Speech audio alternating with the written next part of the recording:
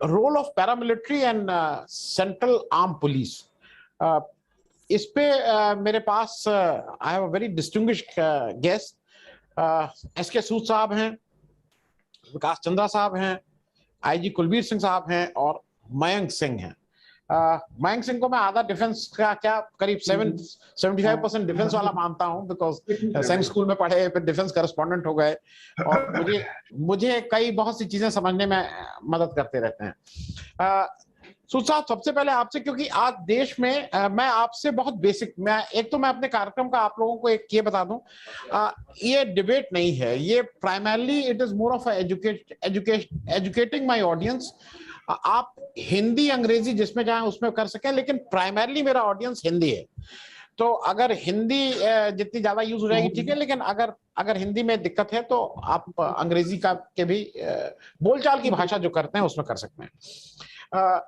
सूद साहब, सबसे पहले तो मुझे ये बताइए कि ये BSF, CRPF, SSB, ITBP, Assam rifle, CISF, ये कितनी ये फोर्सेस और किस किस काम के लिए, थोड़ा इसको एक बार मेरे ऑडियंस को बता दिए, फिर मैं आपसे कुछ और प्रश्न पूछूंगा बेसिक जी। नमस्कार आपके सभी ऑडियंस को भी, आपको भी।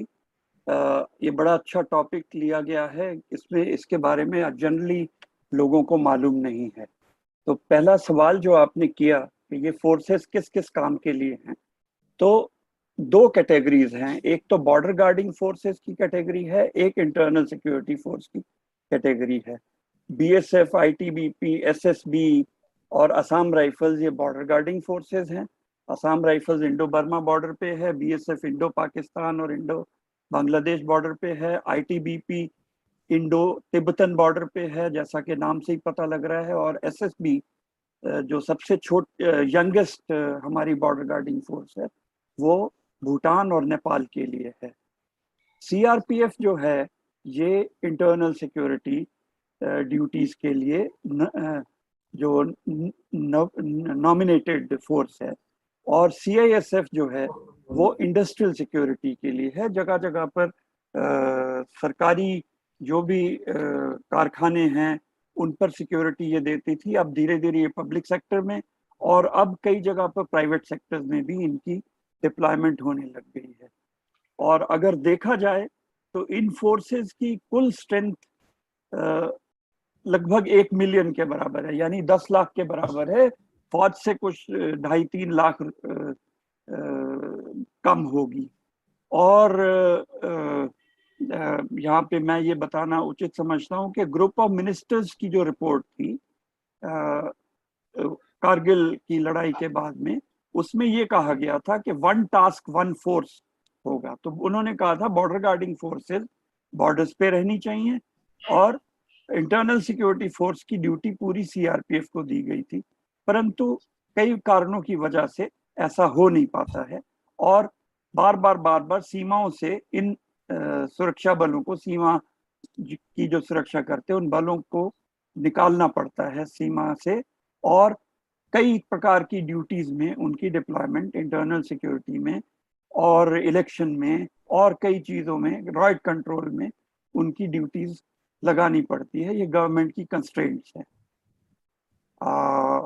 इस सवाल का जवाब मेरे ख्याल में यहाँ ये है। आगे आप और पूछिए, बताएं। सूद साहब, एक चीज जो मेरा फिर से एक प्रश्न रह गया, और मैं एक इसलिए बता दूं कि मैं एक पब्लिक सेक्टर में काम करता था और वहां पे सीआईएसएफ थी, और बात मैं ये कर रहा हूं अराउंड 85-86 के आसपास की। मैं बड़े पब्लिक सेक्टर में था और मुझे वहां पे एक उसके कमांडेंट होके या जो उसके हेड होके एक आईपीएस अफसर साहब आए बिहार से। मैं वेस्ट बंगाल में था और मुझे, अच्छा वो सीआईएसएफ, भाई आज आप जो जहां ये एयरपोर्ट पे सीआईएसएफ देखते हैं बिल्कुल दूसरे वहां की सीआईएसएफ सख्त थी, लेकिन ये जो आए थे ऊपर, हमारे प्रसाद साहब इनका नाम था, सम प्रसाद फ्रॉम बिहार, और वो 2-3 साल के डेपुटेशन पे आए थे। तो उनके लिए it was more of a picnic and more of a place की जहां से थोड़ा पैसा ऐसा कमा के कैसे चलना है। और मैं इसलिए कह रहा हूं, मैं मटेरियल्स में था, उन्होंने ऐसी तबाही मचाई थी कि लोग सीआईएसएफ का नाम लेकर, अच्छा पता ये लगा कि वो सीआईएसएफ का है ही नहीं, वो तो आईपीएस अफसर हैं बिहार काटर से। उन्होंने कोई जुगाड़ करके, क्योंकि मंत्री कोई उस समय था, वहां पोस्टिंग ले ली और उनका एक ही पॉइंट प्रोग्राम है, कि कैसे पैसा कमाएगा। अब ये भी एक समस्या है कि अगर आपके काडर के ऑफिसर्स नहीं हैं तो मुझे ऐसा लगता है कि कहीं ना कहीं वो इट कॉम्प्रोमाइजेस इट, क्योंकि मुझे क्या पड़ी है, मैं 2 साल आया हूं, मैं अपना करके निकल जाऊंगा। बारिंग असम राइफल्स में ठीक है, वो एक दूसरे तरह का है, लेकिन बाकी जगह तो मुझे लगता है काडर के अफसरों को ही करना चाहिए। सूद साहब, मैं आपसे समझना चाहूंगा इसको, इफ यू कैन अनम्यूट। सूद साहब अनम्यूट कर लीजिएगा। जी जी। मैं आपसे बिल्कुल सहमत हूँ। हमारे जो कार्डर्स हैं, अब ये बीएसएफ जैसे अब 50 साल हो चुके हैं, सीआरपीएफ 49 में रेज हुई थी, उसके 70 साल हो चुके हैं, इसी तरह आईटीबीपी 62। हमारे कार्डर्स अभी एडिक्वेटली स्ट्रांग और एडिक्वेटली एक्सपीरियंस्ड हैं, परंतु ये कार्डर ऑफिसर्स ऊपर तक नहीं पहुंच पाते हैं। तो जो इन्होंने जो ग्राउंड लेवल से एक्सपीरियंस प्राप्त किया है, जो जवानों के साथ, जैसे यदि मैंने कंपनी कमांडर के तौर पे मैं उनके पास 7 पोस्ट में रहा हूँ, और मैंने जो वहाँ की लाइफ देखी है, उनके साथ जो मेरा इंटरेक्शन हुआ है, जो ग्राउंड पर प्रॉब्लम्स आती हैं और जो टेरेन की प्रॉब्लम्स आती हैं, उन सब के बारे में इन जो बाहर से डेपुटेशन में आते हैं उनको इसके बारे में बिल्कुल भी जानकारी नहीं होती है।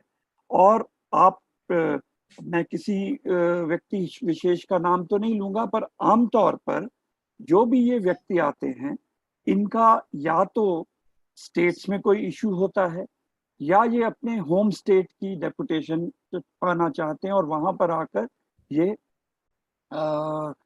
4-5 साल की इनकी डेपुटेशन होती है, मैक्सिमम 5, उसके 7 भी हो सकती है अगर। तो ये इनको और आते हैं ये ऊपर के सुपरवाइजरी लेवल पे, डीआईजीज और ऊपर के लेवल पे, तो इनको ट्रूप्स की बिल्कुल नॉलेज नहीं होती। इनको उनके हमारे वर्किंग एथॉस की, हमारी ऑपरेशनल फिलॉसफी की बिल्कुल नॉलेज नहीं होती। बॉर्डर मैनेजमेंट, जैसे मैं बीएसएफ में हूँ, तो उसकी क्या न्यूएंसेस हैं उसके बारे में बिल्कुल नॉलेज नहीं होती। तो इनके फोकस वो होते हैं कि इस फोर्स को पुलिस जैसा ही फंक्शनिंग होना चाहिए। वेरएज हम बीएसएफ स्पेशली और आईटीबीपी भी, इनफैक्ट सीआरपीएफ ऑल्सो, हमारे दूसरे रोल भी, हमारे वॉर टाइम रोल्स भी, हमारे बॉर्डर गार्डिंग के अलावा हमारे इंटरनल सिक्योरिटी रोल्स भी हैं, जिन रोल्स को पूरा करने के लिए हमें ट्रेनिंग दी जाती है। तो ये पर्सनल मैनेजमेंट की बहुत एक बड़ी हमारे यहाँ इशू है, सिर्फ ऑफिसर्स लेवल पे ही नहीं। जैसा मयंक जी ने बताया कि हर लेवल पे सब इंस्पेक्टर एक है, वो तो शायद जल्दी बन जाता है, पर इंस्पेक्टर वो 10-10, 12-12 साल तक वो इंस्पेक्टर रहते हैं। एक असिस्टेंट कमांडेंट है, आते हैं, वो 10-10, 12-12 साल तक असिस्टेंट कमांडेंट रह जाते हैं, प्रमोशन नहीं मिलती। जो हमारे 90% ऑफिसर्स कमांडेंट के लेवल पे रिटायर हो जाते हैं। हमारे यहाँ बड़ा अच्छा सिस्टम था जवानों के लिए, कांस्टेबल, लास्ट नायक, नायक बनते थे, वो पिछले 20-25 साल पहले वो उसको खत्म कर दिया। तो जवानों को, और उसका फायदा क्या हुआ, उसमें फायदा कुछ नहीं, 10-10 साल के बाद में एक स्कीम कहते हैं श्योर्ड कैरियर प्रोग्रेशन, वो दे देते हैं, पर उससे उनको शायद तनख्वाह तो मिल जाती है, पर जो उनको स्टेटस की पहचान होती है, गांव में जाएंगे वो फीती वाला आ गया, या वो चीजें नहीं होती हैं। तो वो हवलदार, एक सिपाही हमारी जैसी ऑर्गेनाइजेशन में 2000 सन के भर्ती जवान अभी 2021 में जाकर वो हवलदार बन रहे हैं, 21 साल तक वो एक रैंक पर है। तो पर्सनल मैनेजमेंट एक बहुत मेजर इशू है। उसमें एक तो बाहर से आने वालों को इतिहास का नहीं पता, वो है। दूसरा, इन फोर्सेस में बहुत रैपिड एक्सपेंशन हुआ है, स्पेशली 90s के बाद में। वो रैपिड एक्सपेंशन हुआ, उससे कुछ समय तक तो प्रमोशनें बड़ी रैपिड हुई, पर अब रुक गई हैं। तो अब उसको एक टिंकरिंग होती है, कैडर मैनेजमेंट किया जाता है, जिसमें ऊपर के लेवल पर वैकेंसीज बढ़ाई जाती हैं, और जिसको एक्चुअल प्रॉब्लम को एड्रेस नहीं किया जाता, व्हाट यू कैन से कि स्टैग्नेशन को पोस्टपोन कर दिया जाता है थोड़ी देर के लिए। तो यहाँ पोस्ट ए पर स्टैग्नेट हो रहा था, वो पोस्ट बी पर जाकर स्टैग्नेट हो जाता है। और जैसे क्योंकि नीचे वाली पोस्टें सरेंडर करके ऊपर वाली पोस्टों पे जाते हैं, तो ऊपर वाले पोस्ट फिर जो बाहर के डेपुटेशनिस्ट हैं वो ले लेते हैं। तो एक पर्सनल मैनेजमेंट का ये बहुत बड़ा इशू। दूसरा, मैं जो ट्रेनिंग के बारे में जो मयंक ने बात करी थी, उस पे मैं भी कहना चाहूंगा कि हमारे यहाँ ट्रेनिंग का एक बहुत बड़ा डायलेमा है। हमें ये आजकल पता नहीं लग रहा कि हम एक गोली एक दुश्मन वाली ट्रेनिंग करें या हम यूज ऑफ मिनिमम फोर्स वाली ट्रेनिंग करें। हमें जब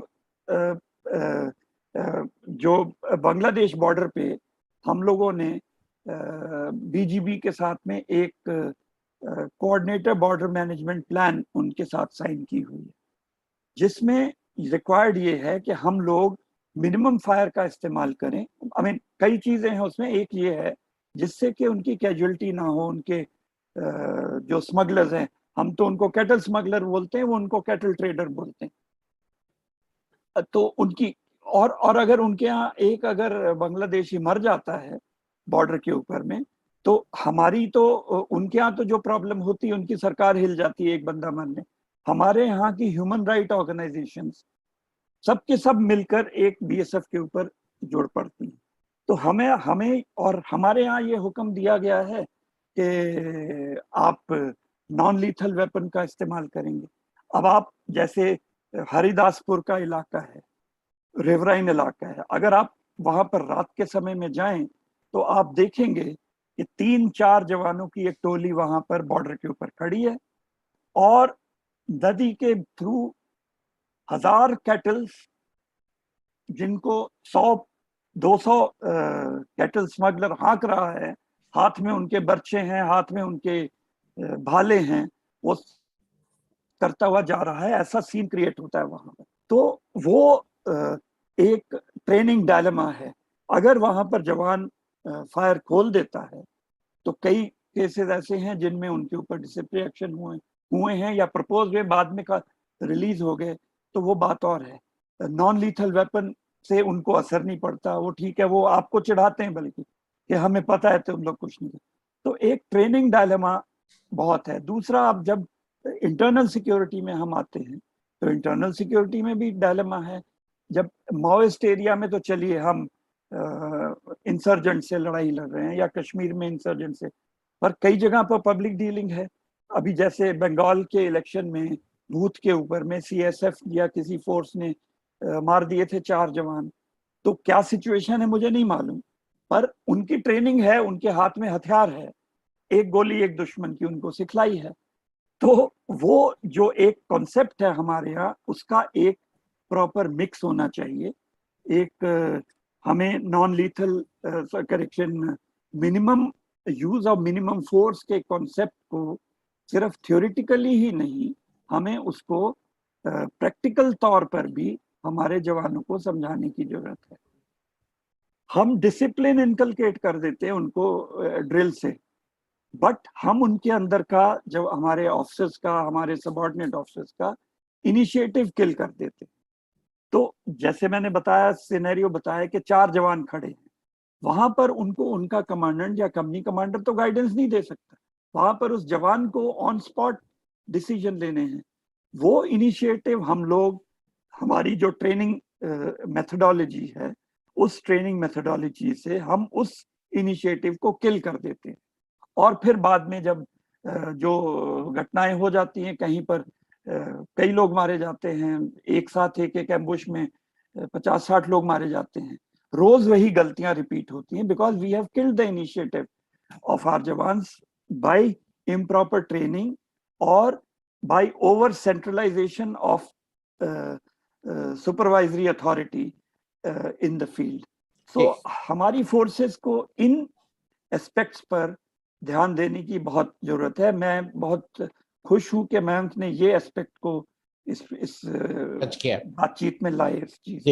जी। सूसा, मैं आपसे एक और चीज समझना चाहूंगा। अभी एक इतना बड़ा देश के सामने कोविड का एक बड़ा एपिडेमिक है, मतलब पूरा देश त्राही त्राही कर रहा था, और ये फैक्ट बात है, आज की तारीख में कोई कुछ कहे, वो हम लोग के हाथ से उसका मैनेजमेंट निकल गया था। We were not able to handle it, मतलब कम से कम शहरों में हम हैंडल नहीं कर पा रहे थे।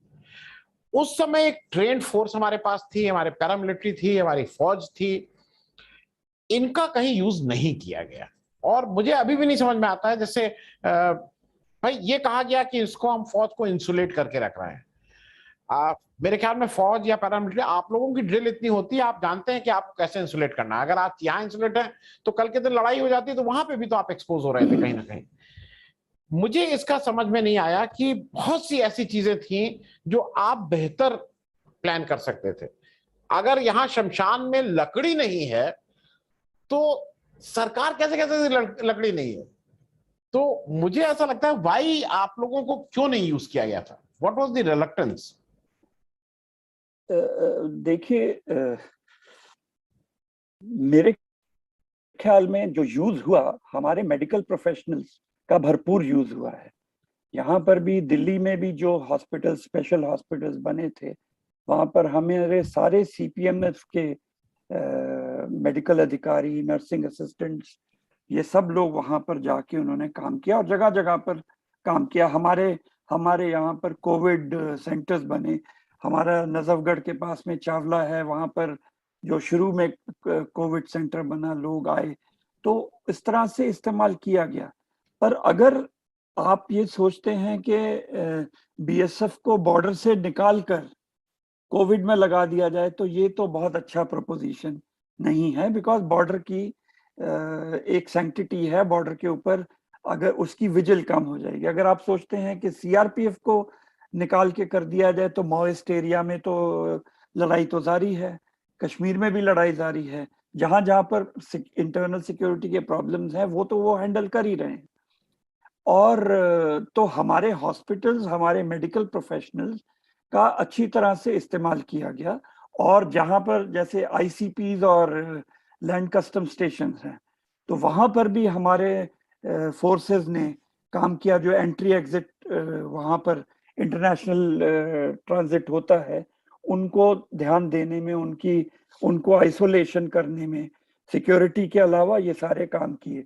हमारी पोस्टों में बीओपीज ने हमारे आसपास के गांव में जो हैं, वहां पर उन्होंने उनकी काफी देखभाल करी। इसी तरह इंटरनल सिक्योरिटी में हमारी फोर्सेस ने, जहां जहां पर भी हमारी सीओबीज हैं, कंपनी ऑपरेशन बेसिस, उसके आसपास जो गांव हैं, रिमोट एरियाज में जहां कोई नहीं पहुंच पाता, वहां पर उन्होंने मेडिसिन प्रोवाइड करी, फर्स्ट एड प्रोवाइड करी, उनको इवैक्यूएट किया गया बड़े बड़े हॉस्पिटल्स में।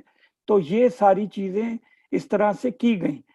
इसका एक एक बड़े तौर पर एक प्रोजेक्शन शायद नहीं हुआ होगा, जिसकी शायद मुझे लगता है जरूरत भी नहीं थी। पर इंटरनली ये सारे काम हर लेवल पे, अपने अपने लेवल पे कमांडर्स ने किए हैं, हर इलाके में इन्होंने। जी मैं एक चीज पूछ लूं, मैं सिर्फ इसलिए पूछ रहा हूं कि जैसे ऐसा लगता है कि जो ऑक्सीजन को लेके जो अफरा तफरी हुई, वो अगर एक डिसिप्लिन फोर्स रहती, वो शायद उसको बेहतर हैंडल करती।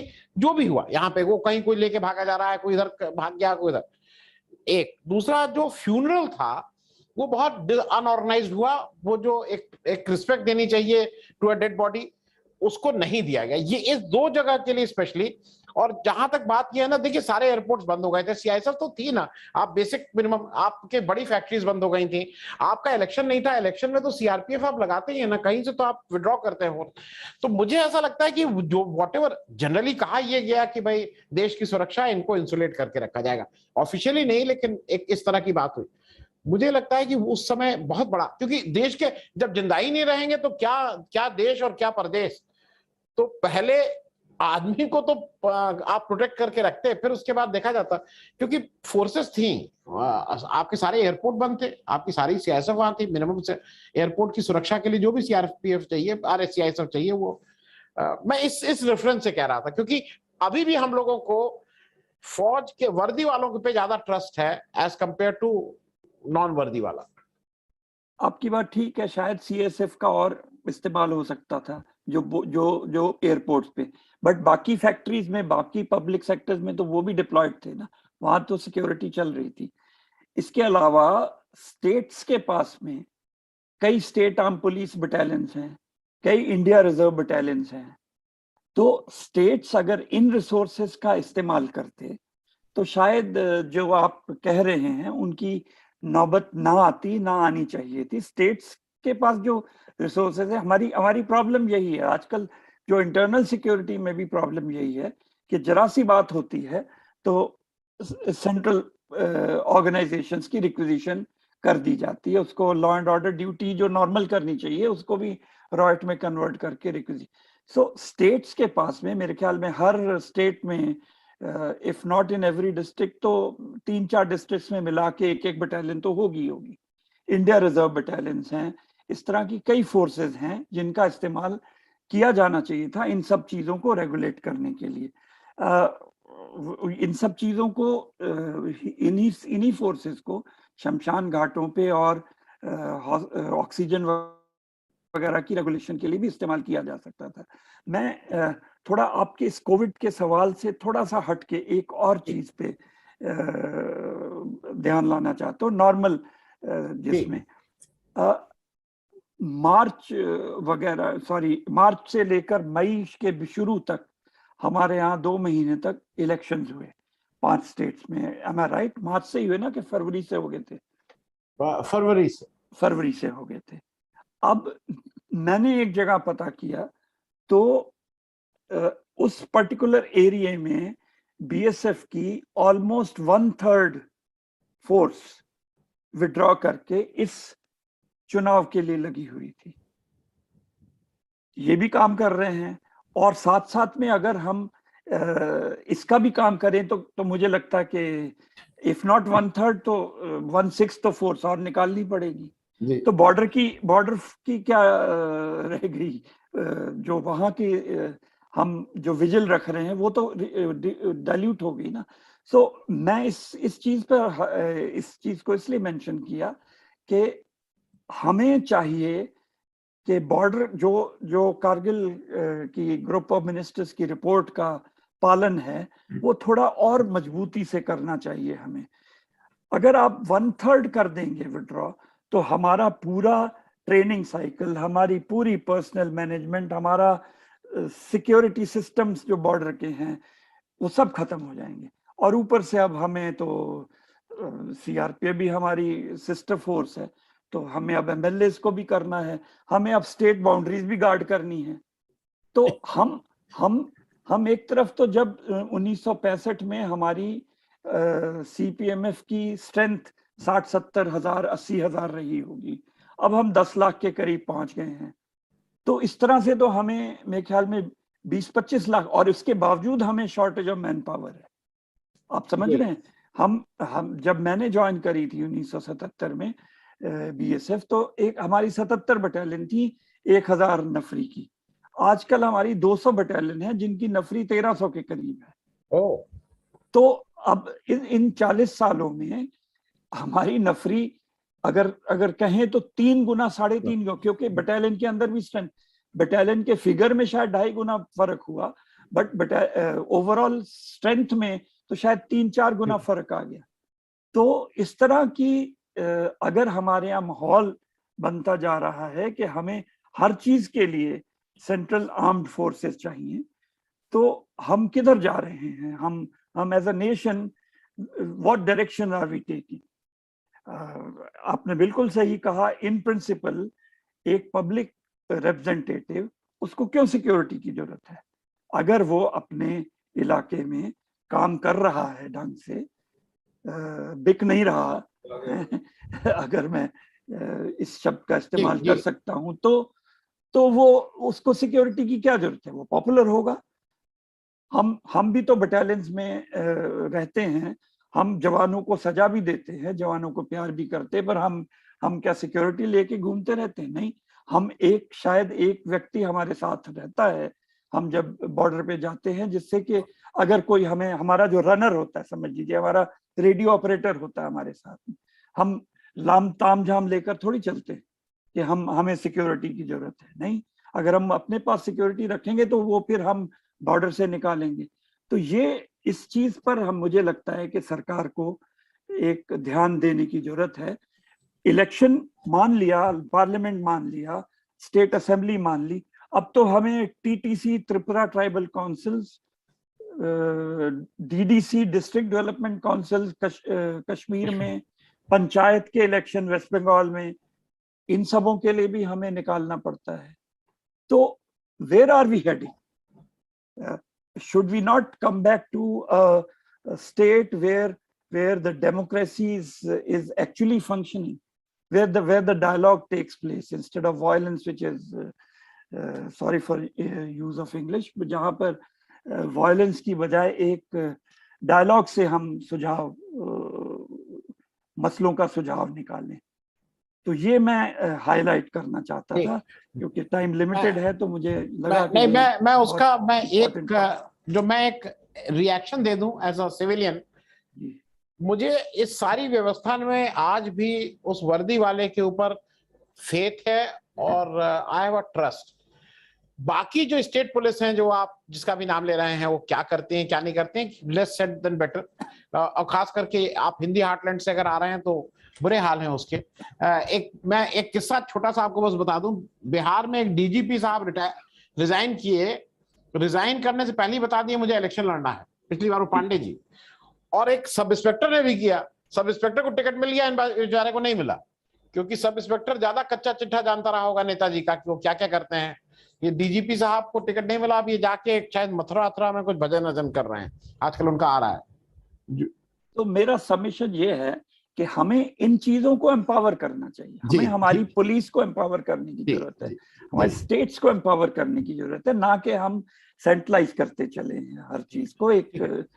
मैं एक चीज कहना चाहूंगा कि जो सीडीएस वाला आपने कहा, जो डिफेंस फोर्सेस हैं, मुझे लगता है उनके लिए सीडीएस की आवश्यकता है, बिकॉज वो एक कोऑर्डिनेटेड वॉरफेयर वो लोग कर सकते हैं। हमारे केस में शायद इस चीज की जरूरत नहीं होगी, बिकॉज हमारे रोल्स डिफाइंड है। जब मैंने ग्रुप ऑफ मिनिस्टर्स की बात करी थी, उसमें था कि वन टास्क वन फोर्स के अलावा एक और था, one border one force. So BSF is for Indo-Bangladesh, ITB, and our terrain, our role, the terrain where we are functioning, the terrain including the population living there, crime pattern वहाँ का, और जो challenges अलग अलग borders के हैं वो अलग अलग होंगे। तो मुझे नहीं लगता कि हमारे यहाँ पर बॉर्डर गार्डिंग या सीआरपीएफ का रोल बिल्कुल ही फर्क है। यहाँ पर एक ऐसी किसी उसकी जरूरत होगी। बॉर्डर मैनेजमेंट डिवीजन एक एमएचए के अंडर है, जिसमें शायद बॉर्डर मैनेजर्स जो हमारी ऑर्गेनाइजेशन है, जिनकी ग्राउंड लेवल पर नॉलेज है, उनके लोग कम हैं, उनकी इन्वॉल्वमेंट और ज्यादा होनी जरूरी है बॉर्डर मैनेजमेंट डिवीजन में, जिससे कि ग्राउंड लेवल के इनपुट्स आए। तो मेरा ये इस in addition to what mister Vikas Chandra said, मैं ये इसमें और ऐड करना चाहता हूँ। मैंने सोचा आपको बिफोर वी रैप अप ये बोल दूं मैं। Fair enough.